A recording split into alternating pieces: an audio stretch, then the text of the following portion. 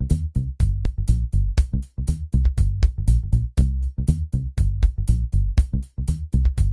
morning, everybody. I'm sorry I can't speak Spanish. I'm trying to learn a little bit of Spanish, but it's not enough for a seminar like this, so my apologies. And I will talk in English. This is my second time here at the Institute of Geophysics of the UNAM, and it's with great pleasure that I'm here again doing some work with some colleagues from the Geophysics Institute. Well, my name is Antonio Correia, and we are going to start with this presentation. And if we look to our planet, we can consider that we have different spheres. And when I say spheres, I'm not talking about actual spheres, I'm talking about regions. And we can consider that we have basically these spheres that we have here, and these spheres are characterized by different properties. We have the lithosphere, that is the rocky part of the planet. That's more or less the continents. That's the base of the oceans. We have the atmosphere, that is formed by gases, the oxygen, the carbon dioxide, the nitrogen, the water vapor. We have the hydrosphere, and the hydrosphere is the place where water in a liquid state exists. And we have the cryosphere, where the water exists not in a liquid state, but in a solid state. And it's formed by all the ice caps that exist in the Arctic and in the Antarctic, the tops of the mountains, the lakes that are frozen, all that is cryosphere. And finally, from the ones that we can observe by eye, we have the biosphere, where everybody lives, where the living organisms exist. Now, all these spheres interact with each other, and in this talk, I will be talking about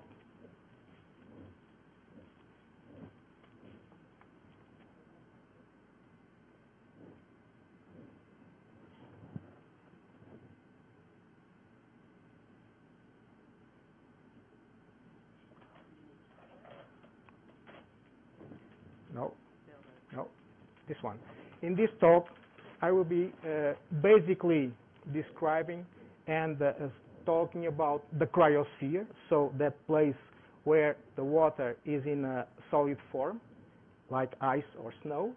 I will be talking about permafrost, that is basically one of the parts of the cryosphere, and permafrost is that region, that zone in the ground that stays frozen for several years in a row. We will talk about geophysical methods applied to the study of permafrost. And finally, we will give some examples about the geophysical methods that we have been using in Antarctica, in Maritime Antarctica, to study permafrost and try to see how the climate evolves using as a proxy the permafrost. Now, this is by far the most complicated slide that I will present, so bear with me for a couple of minutes, because there is a lot of information in this slide. Now, as everybody knows, the sun is sending some thermal radiation into the Earth. But because of the form of the Earth and the way the Earth rotates, different parts of the Earth receive different portions of energy. So the poles of the Earth receive less energy than the equatorial regions, and this creates differential temperature between the poles and the equator. This means that to equilibrate this unbalance in the temperature, the atmosphere creates currents that transport heat in the form of latent heat and sensible heat from the equator to the poles. Now, this temperature difference creates some instabilities in the Earth in such a way that the polar regions are very sensitive to temperature differences, which means that when we look for climate changes or climate evolution, the poles are the regions where those temperatures create differences in the climate in a faster way. So we can say that to study climate change, climate evolution, the poles are the best places to do this kind of research because things appear to go faster in the poles. Now, with this idea, we can try to study the climate evolution or the climate change in the poles, and then to try to transfer the knowledge to other regions, to lower latitudes in the poles. Now, the question is that the cryosphere is very sensitive to temperature. So when we study the cryosphere, when we study permafrost, that is part of the cryosphere, and when we are able to say that the cryosphere and permafrost is changing, we can associate that changing with the change in the climate. And that's basically what we are doing. We are trying to see how permafrost reacts to change in temperature, to infer climate change, and then to try to extrapolate what we see in the poles to other regions, to lower latitudes in the globe. So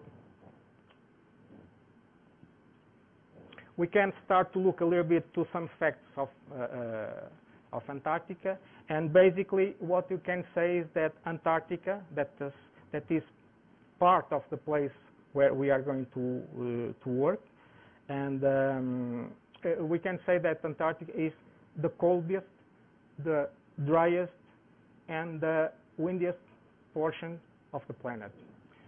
The coldest temperature was recorded in a Russian Antarctic station, and it was minus 89 degrees Celsius. The windiest and the highest speed velocity was about 325 kilometers per hour, and it's the driest. Well, it's a kind of contradiction here. We say that the Antarctic is the driest continent in the globe, in the planet, but as a matter of fact, in that driest continent, we have 90% of the fresh water of the planet. Now, where is the contradiction? The contradiction is that if it's the driest, we shouldn't have the most abundant portion of water in a solid state. The fact is that this ice we have in Antarctica is the accumulation of snow for millions of years. So it's not a result of snowing in the last few years. It's a result of the accumulation of snow that transforms into ice with time for millions of years. So just to give you a few numbers, the ice volume is about 30 million cubic kilometers of ice. The area is about 14 million square kilometers, and the highest thickness of the ice in Antarctica is about 4 kilometers. Now this is a bird's eye view of Antarctica. Basically what we see, or we can divide Antarctica into big regions, the East Antarctica and the West Antarctica, and they are separated by what is called the Transantarctic Mountains. And we will be particularly interested in this area here, that is the Antarctica Peninsula, and in these islands here, which constitute what we call the Maritime Antarctica. Basically, we'll be working in this area here, in these islands here, that are the South Shetland Islands. In this slide, we have a kind of section that crosses West Antarctica and a portion of East Antarctica, just to give you an idea of the shape and the thickness of the ice caps in those two regions of Antarctica. In this area here, we have thickness that can reach about 4 kilometers. This area here is sea ice, so ice that floats in this area here that is called Ross Sea, and the same happens in this area here that is called the Weddell Sea, where we also have lots of sea ice. A very interesting fact about Antarctica is that below the ice cap, a few years ago, it was found that there is a network of rivers. All these are rivers. So water that flows below the ice cap, and there are different lakes that were also that we know that exist there. but there is a particular lake that is called the Vostok Lake that was found by drilling, well, geophysics methods, essentially gravimetry and things like that, but it was drilled to collect ice cores to analyze climate in the past, but also they found that there was this lake, and an interesting thing about this lake is that there is life in this lake. There are microbes there, so there is a kind of life that we can find in the bottom of the ice cap that covers Antarctica. Now this is a picture, this is a cartoon of the borehole that was drilled. This is more or less 3.5 kilometers deep, and the lake is there. So you can see the South Pole here, and the lake in comparison with the South Pole is here. Antarctic Peninsula is here, this is Ross Sea, this is Weddell Sea. So in this cartoon what you can see is that there is a lake, a very big lake, where life was found, even though not a very evolved life, of course. Now, an important aspect of Antarctica is that in the last few years it was found that this area here, so West Antarctica, the Antarctica Peninsula, has had the highest increase of temperature per year. So this scale is in degrees Celsius per year. So we see that this is by far the region in the planet that has gone higher in temperature. So when we study why the temperature is so high here, maybe we can have a glimpse of what is generating climatic change there, or climatic evolution there, and what are the factors that we can use to infer what's happening in other places in the Earth. Now, a few years ago, a colleague, James Bockheim, created this kind of map with different things, but we are only interested in these lines here, the red line and the blue line. Well, these lines are isotherms, and the red line is the -1 degree Celsius isotherm, and the blue line is the -8 degree Celsius isoline. Now, this shows that there is a distribution. Let's say we can imagine that there is a distribution of temperature that goes, let's say, from the center of Antarctica and increases towards the borders of Antarctica. Pay attention to this region here. So this is Antarctica Peninsula. This is the group of islands, the archipelago of South Shetland Islands. And they are in between the isoline of -1 degree and the isoline of -8 degrees Celsius. This is a very interesting aspect for the kind of research people are doing in this area. Why? Because a few years ago, people were seeing that these isolines were shrinking, were displaced towards the center of Antarctica. And the conclusion is that Antarctica is warming up. So this could be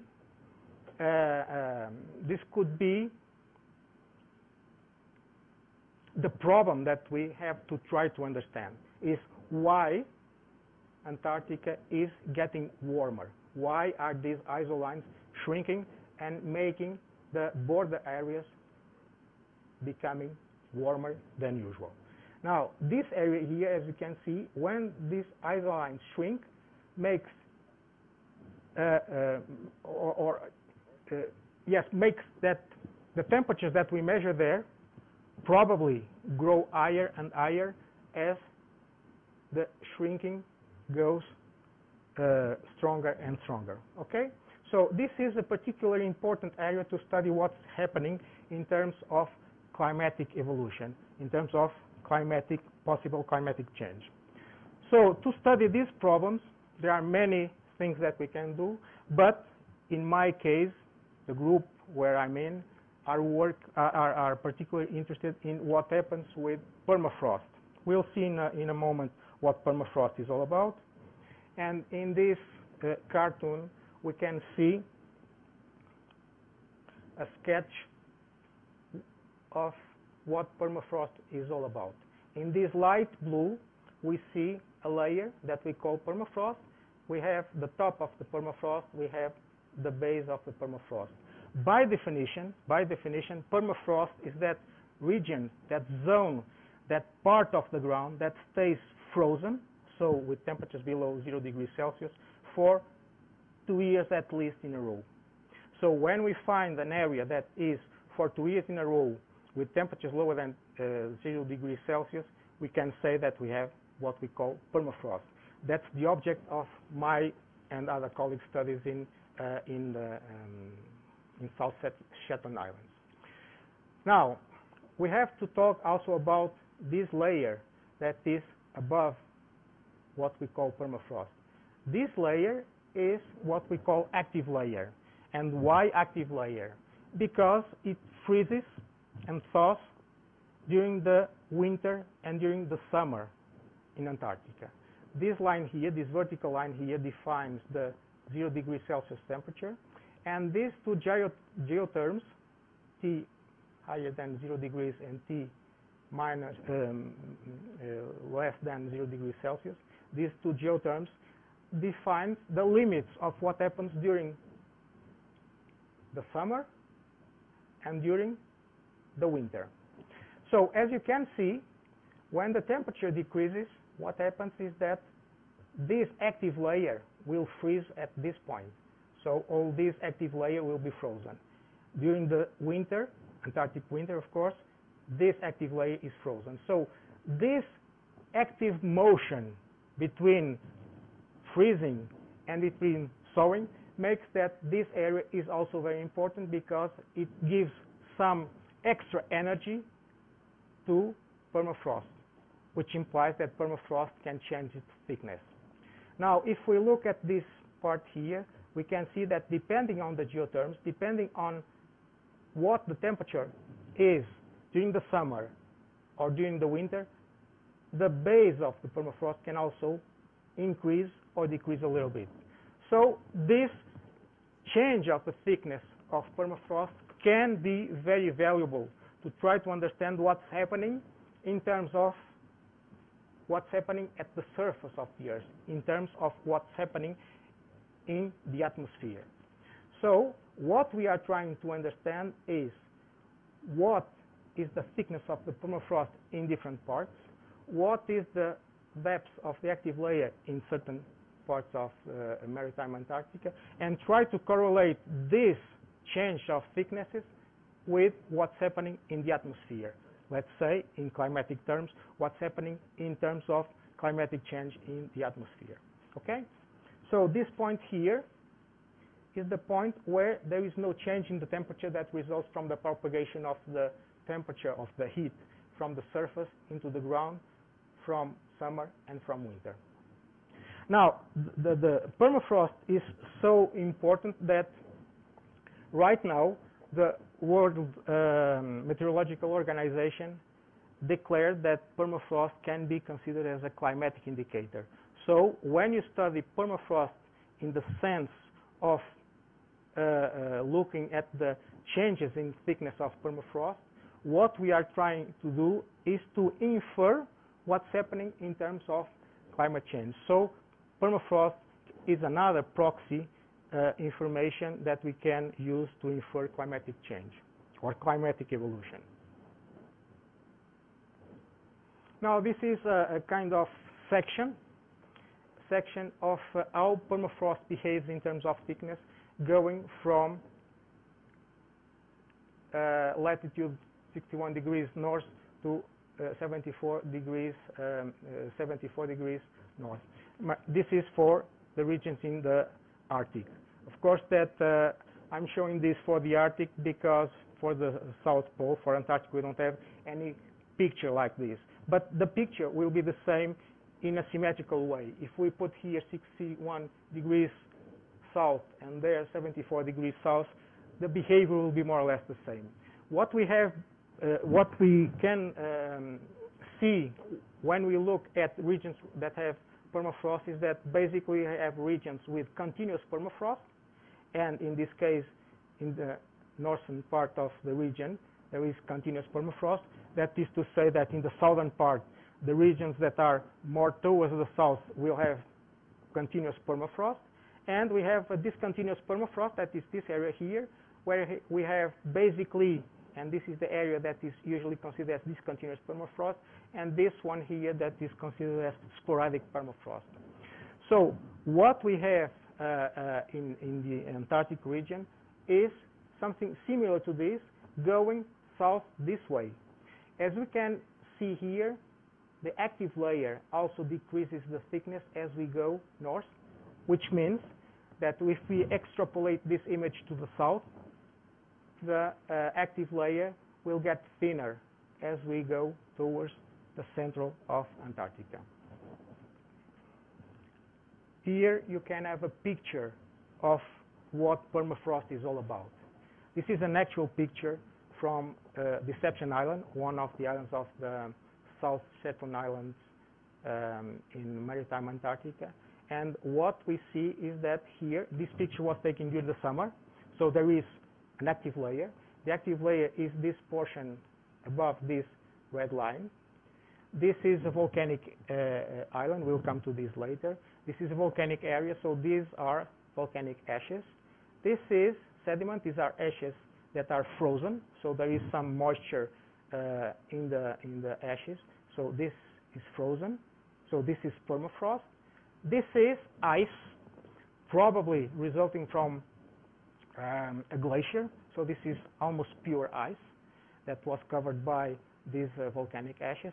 And this is sediment that was there before this block of ice was came to this area. So all this is permafrost, but as you can see, permafrost can come in different ways, and this is active layer. So this is during the summer. During the winter, probably all this area will be frozen, and this will be the frozen active layer, and this will continue to be the permafrost area. So, as a kind of summary, why is it that permafrost is important?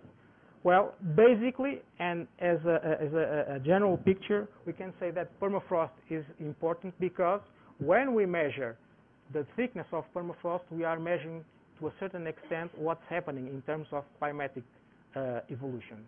So if we detect an increase of the thickness of permafrost, we can say that probably there is a decrease of the average temperature in the atmosphere, and the opposite. If we see a decrease in the permafrost thickness, what we probably, this is the result probably of increase of the average temperature in the atmosphere. So to study permafrost, we use different methods. We can use geomorphological methods, we can use meteorological methods, we can use geophysical methods, and you can use thermometric methods. That is, in fact, the geophysical method. However, people tend to consider geophysical methods and thermometric methods different methods for this kind of studies. Well, in geomorphological methods, what we are interested in, or what people are interested in, because I'm not a geomorphologist, so I don't know anything about this, I'm just saying what they tell me. They look at the landforms. They look how the slopes are. They look at the sediments. They look how, from year to year, there is an evolution in the landforms. And also in the vegetation, how the accumulation of snow and the existence or non-existence of permafrost creates different landforms. In the meteorological methods, what people do is to install kind of portable meteorological stations, and they measure what every meteorological station measures: temperature, moisture, wind speed, direction of the speed, radiation, solar radiation, also the thickness of the accumulation of snow. So they measure all these meteorological quantities, and they try to infer and make calculations about evolution of the climate, evolution of the temperature, evolution of pressure, and all those things. And they try to put all this information together to create a kind of climatic pattern for the area.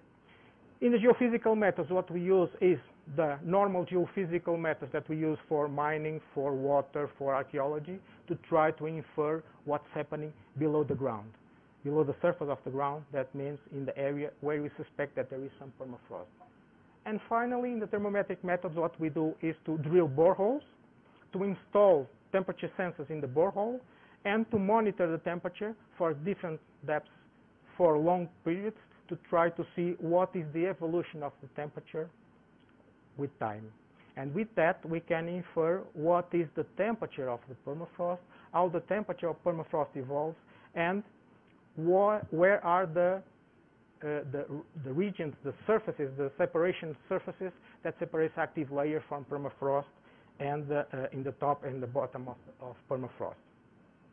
Now let's talk a little bit about the geophysical methods, and this is more or less what my subject is in Antarctica.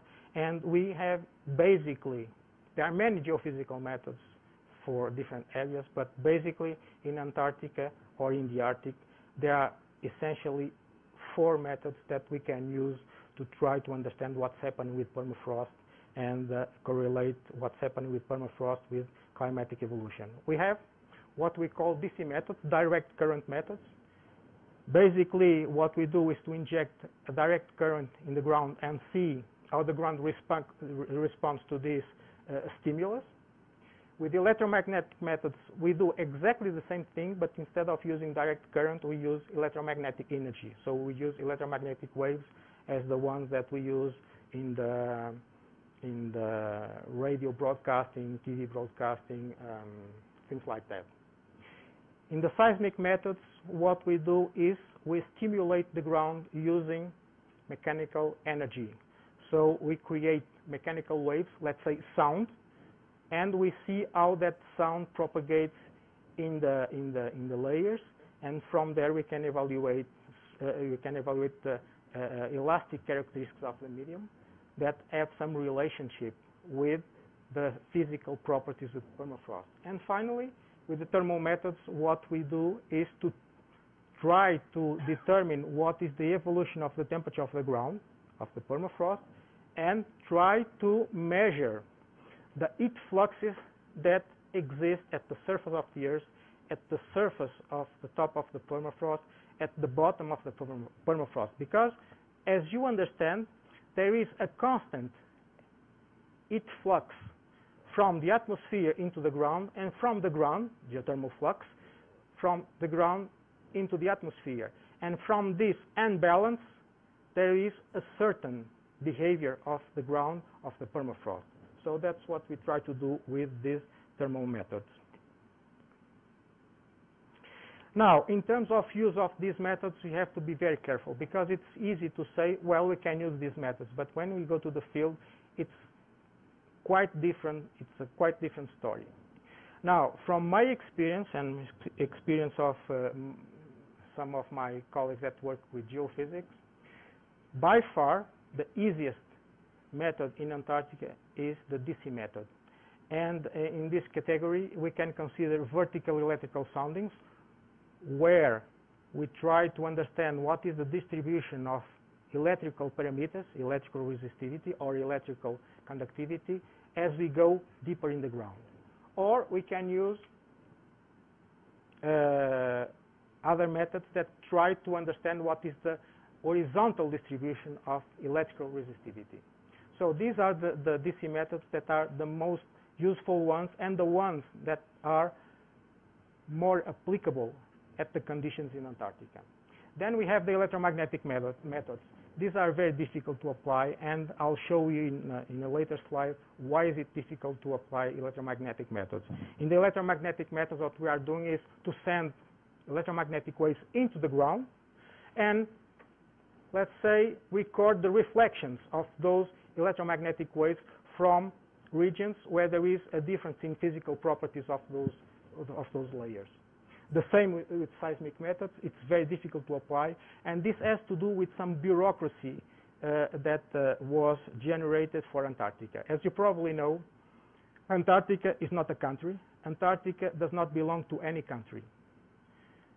So around 1959, countries that had research programs in Antarctica decided to get together, and they elaborate what is called now the Antarctic Treaty.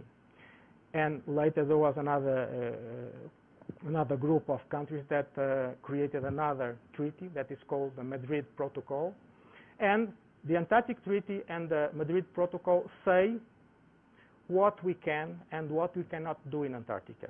And one of the things that we cannot do in Antarctica is to make explosions. So when we do seismic, most of the times we use explosions because that generates an acoustic signal that is very good for going through the layers and doesn't lose amplitude. That means that it's a strong signal. Now in Antarctica, if you want to use seismic methods, we have to use hammers. And hammers does not create the kind of energy that we need to analyze the propagation of the acoustic signals in the layers. So seismic methods are very difficult to use in Antarctica because there is a deficiency in energy that we can use to see how the waves propagate in the medium. Finally, thermometers are difficult to apply because of logistics. The logistic in Antarctica is very difficult. I mean, you have to carry things or by boat or by zodiac, by hand, at your back, many times by helicopter. So the logistic is very difficult. And to drill a borehole requires very heavy equipment. So most of the times, the boreholes that are drilled there are very shallow boreholes, let's say tens of meters. The deepest borehole that I know there is 25 meters. I'll show you a picture of that borehole. So because of logistic reasons, to use thermal methods is also very difficult in Antarctica. Well, DC method, this is a cartoon of the use of DC methods, so direct current methods. Basically what we do is to inject a DC current through two metal electrodes, this one here, and see what's the effect of the current that goes through the layers, measuring the potential difference between two other stakes. When we increase the distance between these electrodes, what they are called the current electrodes or the C electrodes, we go deeper. The depth of investigation will be deeper. So when we increase this distance, we increase the depth of investigation. So this is a cartoon of the DC method. And in a more theoretical way, what we have is this. These are current electrodes, so we inject some current in the ground, direct current in the ground. This generates a potential lines of equal potential lines. I'm sorry, this is in Portuguese. I didn't have time to change from Portuguese to English or to Spanish. So this is the surface of the ground. These are the electrodes that we use to inject the current. The current is represented by these blue lines here. The apparent sense of the current is from the positive to the negative, so the current will go from A to B. And we measure the potential difference between these two electrodes. Now, let's imagine that this medium here is a isotropic, homogeneous, and semi-infinite medium. So it goes from here to infinity with depth. So when we measure the electrical resistivity of this medium, what we are measuring is the actual electrical resistivity of this medium. However, things in nature are not so easy as that. So what we have is not a homogeneous, isotropic, semi-infinite medium. What we have most of the times is a sequence of blocks with different electrical resistivities, but we can continue to measure a resistivity. We can inject a current, we can measure the potential difference, and we can calculate a resistivity. But what is the meaning of this resistivity that we are measuring at the surface? It's not rho 1, it's not rho 2, it's something in between. So what we are measuring here is what we call an apparent electrical resistivity. This concept is very important for the things I will say later. So we can always measure the electrical resistivity of a ground, but we have to convert this apparent electrical resistivity in actual resistivities of the layers, of the blocks, and so on. Okay? Now, to do that, we use a more sophisticated method that we call electrical resistivity tomography or electrical resistivity imaging. This is nothing else than the tomography doctors do for health reasons, okay? It's more or less the same thing. So it's more or less the same thing, but they don't use most of the times currents to inject in the body. They use some other types of stimulus. Now, what is electrical resistivity tomography? It's nothing else than trying to infer what is the electrical resistivity beneath the surface of the ground by making several measurements along a certain profile. So let's imagine that we have here metal stakes from 1 to 19, and we are going to measure the apparent electrical resistivity using this first configuration. So we inject current in electrode 1 and electrode 4. We measure the potential difference between electrode 2 and 3, and in an arbitrary way, we assign to this point here the resistivity value that we calculated, okay? Because it's a calculated value. It's from measurements of current and potential difference, but it's an estimated value. So this is an arbitrary position for that particular value. Second measurement, we do the same thing, but we increase the distance of the electrodes. So we inject current between the first and the seventh, and we measure between the third and the fifth. And the value that we calculate, we assign to this point here.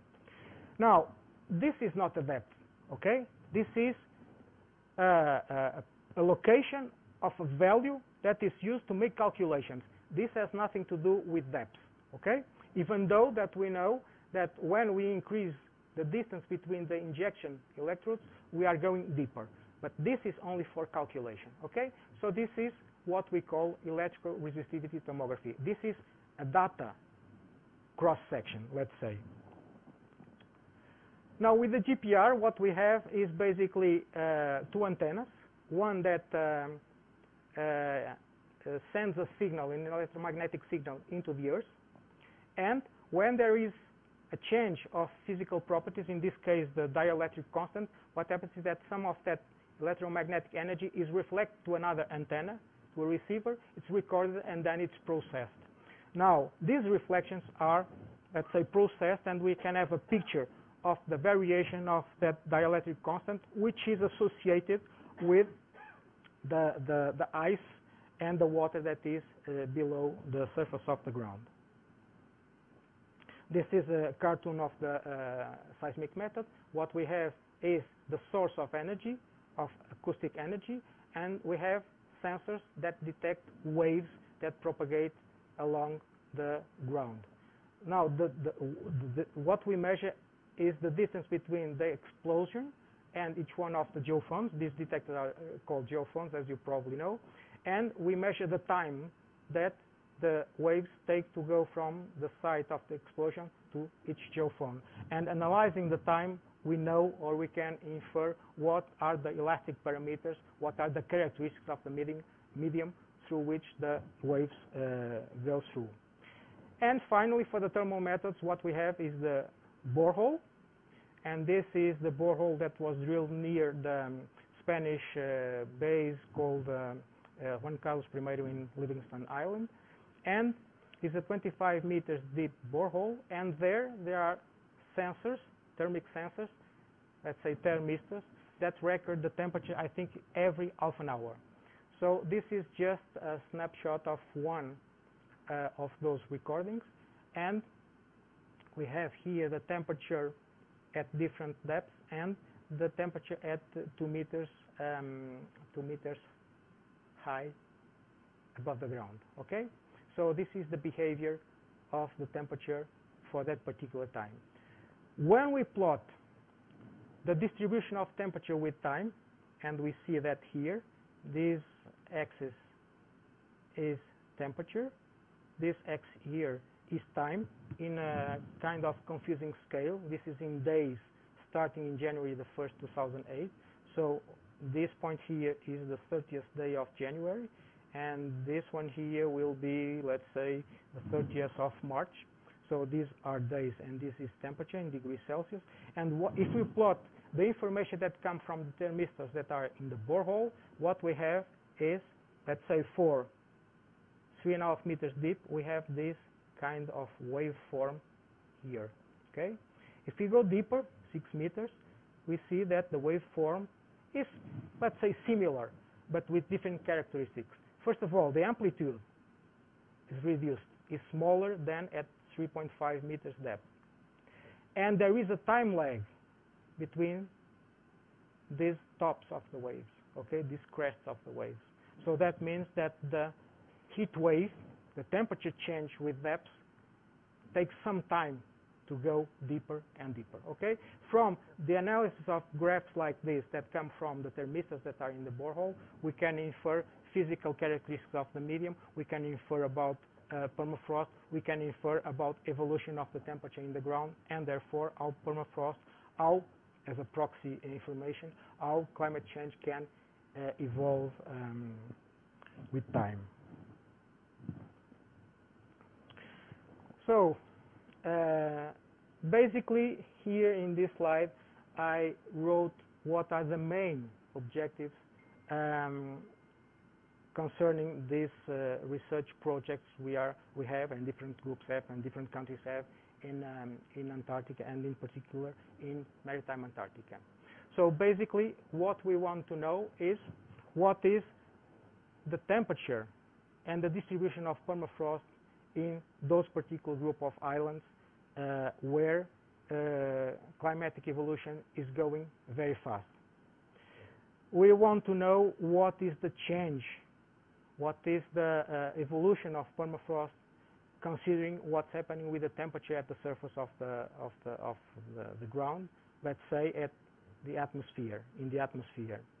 Now, there is one important aspect about permafrost, is that there are some factors that make permafrost stay longer or stay less, depending on what's on top of the surface of the Earth. And what's on top of the surface of the Earth can be snow, accumulation of snow, or can be, for instance, vegetation. So vegetation and snow cover are acting as an insulating, insulator panel that allows permafrost to grow thick or to grow thinner, depending on the amount of insulation we can see there. So this is an important factor, and that's to be studied because this can be confused with climatic evolution. So snow cover and vegetation can mask the climatic effect on permafrost. So we have to study also those factors affecting the permafrost distribution. We want to know what's happening in terms of geomorphology, and why is that important. In the South Pole is not so important, in Antarctica is not so important, but it's very important in the Arctic. Why? Because we have structures there. And when permafrost thaws, what's happened is that there is a reduction in volume, because of, as you know, not probably, you know, that when ice turns into water, there is a change in volume. The volume decreases. So what's happening is that when permafrost thaws, there is a decrease in volume, and structures tend to collapse because of that decrease in volume.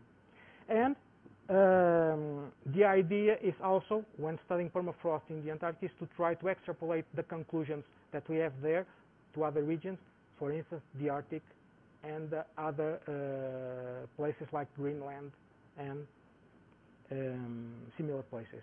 Now, what are the fundamentals to use these methods?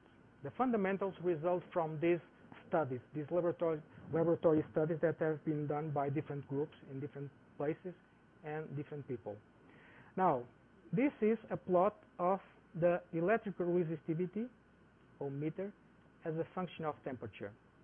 This temperature is in Kelvin, and here, even though the author does not say, this is a logarithmic scale, okay, as well as here. So these are different papers where they studied what is the evolution of the electrical resistivity as temperature decreases. And what we can see, well, this is 0 degrees Celsius, what you can see is that electrical resistivity jumps, increases by several amounts when the temperature reaches 0 degrees, and continues to increase when the temperature continues to decrease. This is for a synthetic clay, and these values here refer to the amount of water the synthetic clay can have. So this is a sample with 5% of water. This is a sample with 15.3% of water, and so on. Okay. So we see a general behavior of increase of electrical resistivity as temperature decreases, and we see this for this synthetic material, but we also see this for natural materials. Of course, that the jump is not the same for different materials, but we can see that there is an increase in electrical resistivity. Don't forget, again, that this is a logarithmic scale. Well, why isn't the jump so obvious as, for instance, in basalt? Because when the temperature begins to decrease, when the zero threshold is attained, what's happening is that water does not freeze immediately. It takes a certain time to freeze. It has to lose some heat, and this is a time. This needs a certain time so that all the humidity, all the water vapor, all the water transforms into ice. So we don't have sharp thresholds for some rocks. We see that clearly in this synthetic material, but we don't see that for most of the actual rocks in the ground. So for P-wave velocity, we see exactly the same thing. When we decrease temperature from positive to negative, we see that there is a jump in the velocity. This is a linear scale, so this is kilometers per second. This is temperature. And again, we see that there is a jump when we reach the 0 degrees Celsius, and there is an increase in the P-wave velocity. And finally, for dielectric constant that is useful for electromagnetic methods, we see that there is a jump in the opposite direction when we go from positive temperatures. This is dielectric constant. There are no units. It's a unitless quantity. And we see that we jump from more or less a constant value for the electrical dielectric constant for this kind of clay with 40% of moisture. We see that there is a decrease that continues to decrease as the temperature decreases. Now, this has to do with something that is very interesting. Water has a constant dielectric of 80, and ice has a dielectric constant of 45. Okay, thank you very much. Has a dielectric constant of 3, 4. So this jump here results from the fact that the water turns into ice at 0 degrees Celsius. Okay?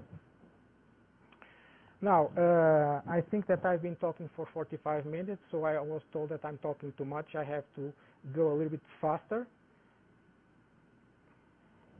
So, let's go to the sites that we have been exploring, have been using for this kind of research in Antarctica. You know already this, this picture here by James Bockheim. This is the location of the South Shetland Islands and this Antarctica Peninsula. And this is, in fact, the area that is important from a climatic point of view, from the climatic evolution point of view. These are the islands, and here are the 3 islands that we use to make this kind of research there. So we have been working initially in Livingston Island. We have done some work in Deception Island, and lately, as a matter of fact, this year we have done some work here in King George Island. Okay. Now, as I told you before, the most efficient method in Antarctica is the electrical resistivity method. So when we go there, we just look for a place. In this particular place, in this particular case, we are looking for a place that we call a calm site, and I'll say what the calm site is all about in some slides, in some minutes, in a couple of minutes. So we choose a place, we create a profile. These things here are the metal stakes with a little flag just to put numbers, these numbers here. We use most of the times 40 electrodes. So this is a section that has 40 electrodes separated by most of the times 2 meters. And then we make what we said before. So we make the measurement. This is a colleague of mine that is posing for the picture. So we have the cables, we have the equipment, we send the current and we measure the potential difference. And, well, this is, as you probably know, people say that a talk is not serious if it doesn't have at least one equation. Okay, so this is the equation of this talk. We are not going to talk about any more equations. This is the equation. So we measure this, we multiply this ratio by k, what is called the geometric factor, and that depends on the distance of consecutive electrodes, and we obtain what we call the apparent resistivity, electrical resistivity, apparent electrical resistivity that we plot here.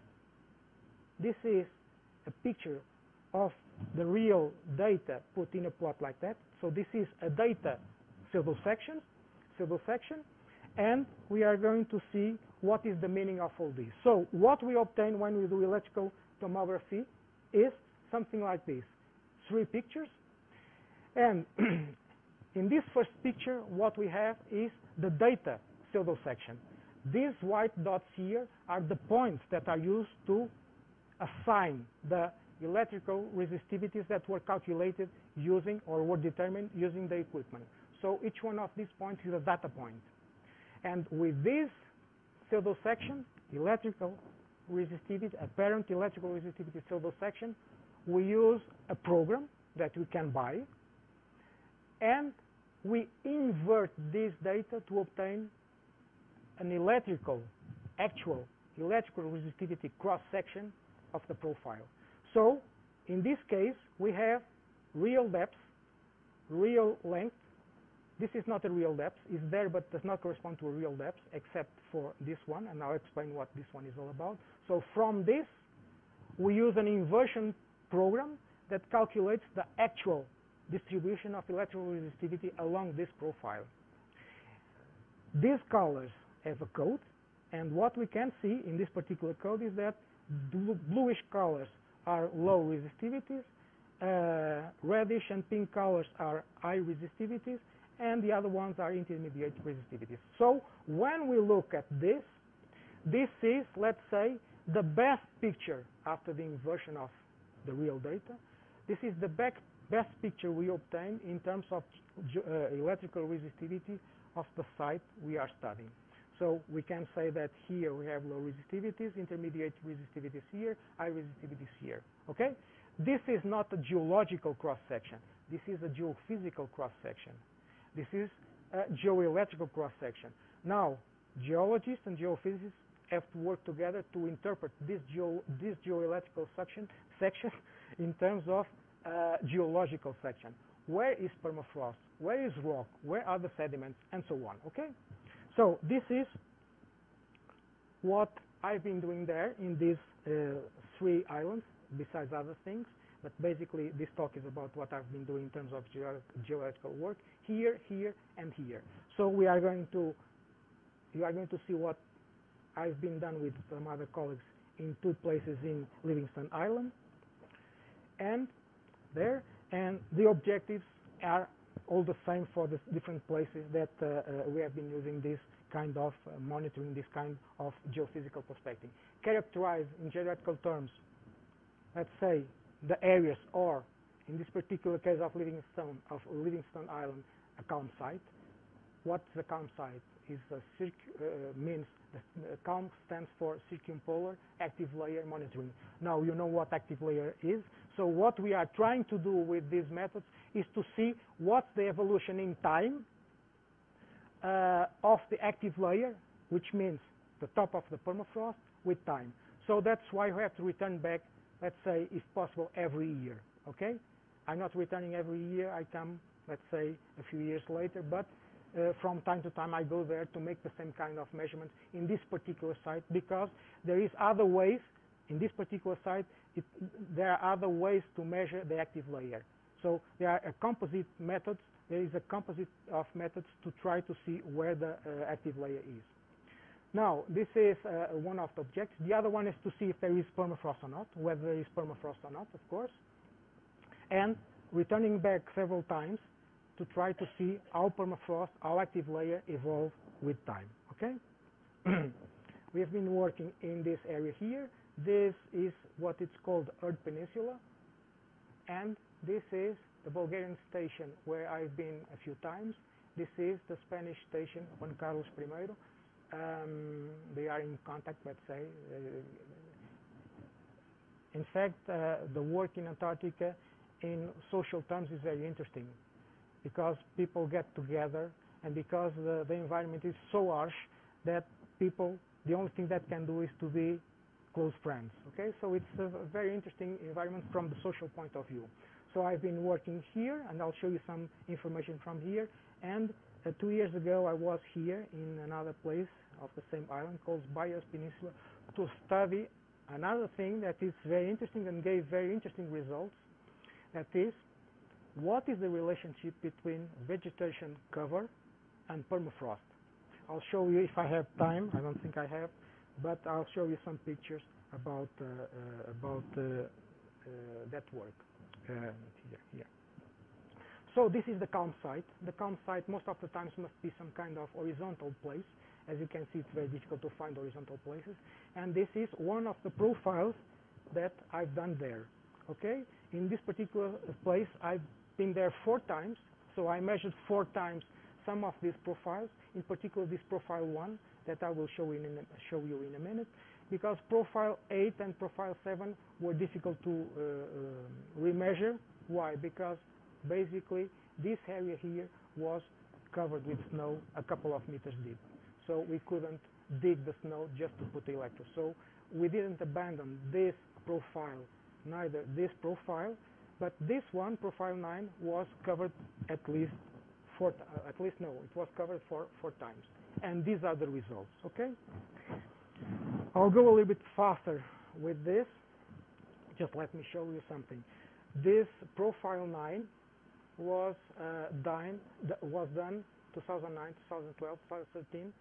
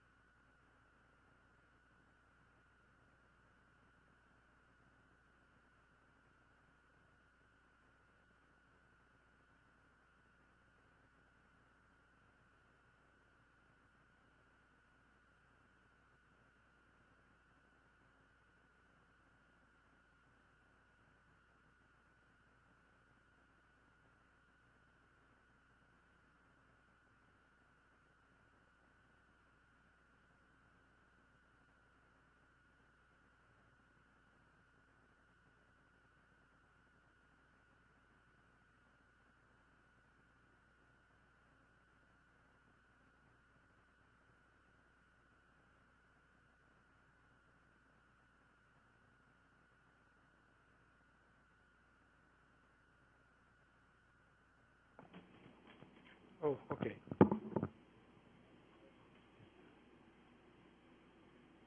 So the batteries probably run out. Thank you very much. I don't like to have both hands with things. So just let me ask you this. Can you hear me if I talk this loud? Yes? Okay. Okay, so I'll try not to mix the hands. So going quickly, what we can see, if we look to the color codes, and we look to these high resistivity anomalies, what we can see is that from 2009 to 2013, at least this anomaly here has decreased the electrical resistivity, the value, has decreased the value, and the size, which in terms of simplified interpretation means that in general terms, all this area of this study has increased in terms of climatic terms, okay? Now, if we see what happened in 2017, so these two are the ones that you already saw in the previous slide. We see, again, looking at the color codes, and this is one of the problems that I had. I was not able, that's a problem of the software, I was not able to use the same code color, the same code for each one of these tomographies. But if we take into consideration the values of each one of the codes, we can see that there is, or there was an increase of the electrical resistivity as we go from 2013 to 2017. Now, this is an important and interesting aspect of this, is that there is a very recent paper that came out in February that says that in the last 15 years there has been a decrease in climatic terms of the average temperature in the area of Maritime Antarctica. So there is a good relationship, there is a good correlation between what we are seeing below the ground, below the surface of the ground, and above the surface of the ground. Now, this is another place above that calm site. This is about 20 meters higher than the other place. And now you can see why it's not feasible to use electromagnetic methods, in particular georadar. As I said before, the electric energy, the electromagnetic waves must be propagated into the ground vertically. Now, the georadar is a kind of box that we have to slide on top of the ground. So what happens is that we have the box off the ground, and because of the rocks, the box will go like this. And so we are not injecting electromagnetic energy in the ground vertically. We are injecting all over the place, and the interpretation of this is very difficult, if ever possible, okay? So this is one of the reasons why we cannot use electromagnetic methods, let's say GPR, in this area. So again, we have a profile here. I'll go quickly to the profile. We were there 3 times, 2012, 2013, 2017, and what we see is, looking at the color codes again, what we see is that we have regions of high and low electrical resistivity, and in particular have this area here, okay? And this area here is very interesting, because in the first time I was there, there was no snow. The second time it was covered with snow and ice. I have to drill small boreholes with a driller to put the electrodes, and here it was again covered with snow. And what we see is that there is an increase of electrical resistivity from this to this to this. Why? Because there was a cover of snow, there was an insulating blanket that didn't allow that there was a transfer of energy, let's say, efficient between the surface of the ground, the atmosphere, and the ground below the surface. Okay? So, as you can see, there are features that are constant along the years, but there are some features that result from a different cover of the ground. Now, we jump to the other side here, and what I can tell you about this site is that the main objectives were again to characterize in geological terms the site. This is a beach. As a matter of fact, this is a beach terrace, and the idea was to try to correlate electrical resistivity with vegetation, and to correlate, if possible, and if there is permafrost with vegetation cover.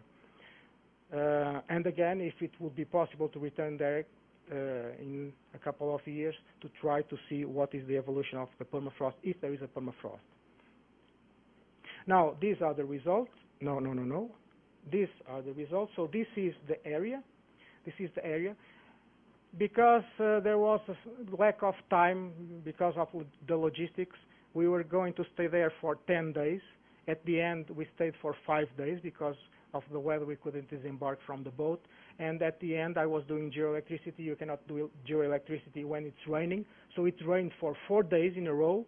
And in the last day, it didn't rain. So instead of doing all this profile, I could only do this profile that is more or less at the sea level, let's say 2 or 3 meters above sea level. So the sea is this is a bay. the C is there, and we made a profile from A to B. I don't show B here because B is there and we went just to there, so this is a shorter profile, and this is the geoelectrical profile that we obtain. A is near the shoreline, B is towards the mountain, and what we see is that there is an evolution in terms of thickness and electrical resistivity from the shore to the slope of the mountain. And the interesting thing is that I'm not going to elaborate because there is no time, but these Roman numerals that we see here correspond to identification of the vegetation cover. And the interesting thing is that in some places where we see an increase of the thickness and of the electrical resistivity, we also see an increase of the vegetation cover, particularly mosses. I don't know if you know that in Sweden and in Finland, they use mosses to make roofs. And why is that? Because mosses are very good insulators. In a distance of, let's say, 2 centimeters, you can have a thermal gradient that is very high.